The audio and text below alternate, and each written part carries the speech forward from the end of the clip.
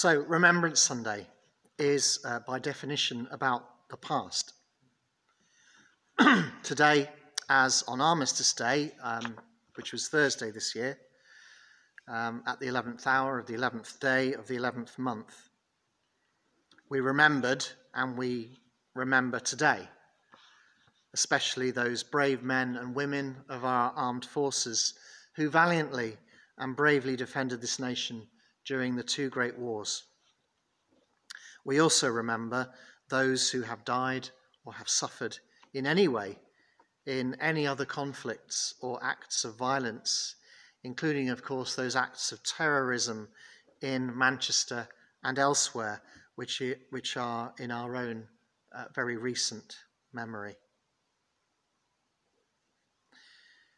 Yes, Remembrance Sunday is about the past, but this year I find my heart and mind strangely drawn to the future. COP26 has underlined the difficult future ahead for this and every nation. Global warming, even at an increase of 1.5 degrees, and at the moment the best case scenario is 1.8, will mean all kinds of challenges in terms of loss of land, loss of countless homes, loss of food, loss of drinkable water, loss of livelihoods, and dramatic movements of population across the globe. All of these things could well lead to future war and future conflict.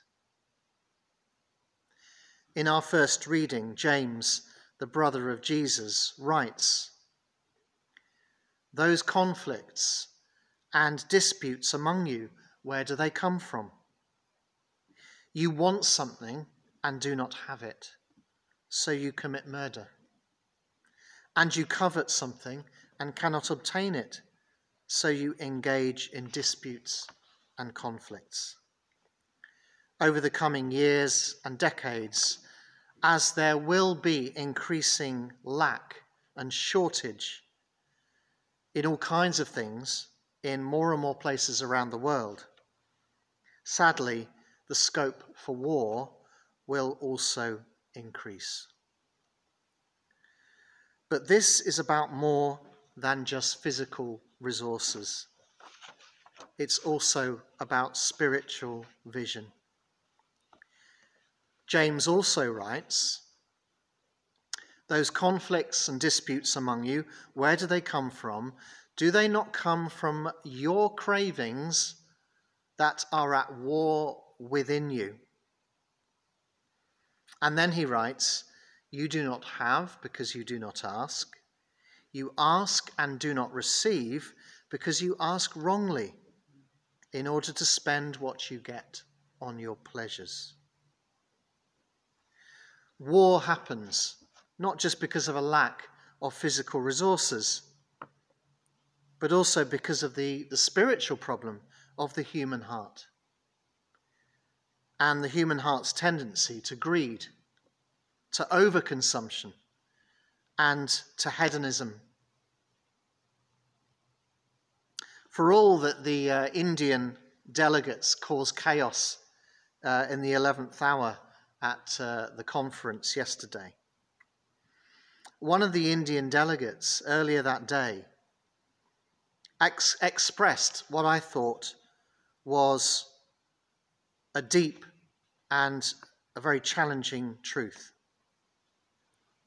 This is what he said: "Reducing our use of coal will not save our world. The only thing that will save our world is a complete change of lifestyle." Human beings, and dare I say, especially human beings in the developed world, and I'm sure he was having a bit of a dig at the West, we need to give up on our addiction to more and more. We need to give up on our addiction to more and more possessions, more and more wealth, more and more economic growth. growth. We need to give up on a lifestyle that demands more from our planet than our planet can actually give. Yes, we all need to live more simply so that all may simply live.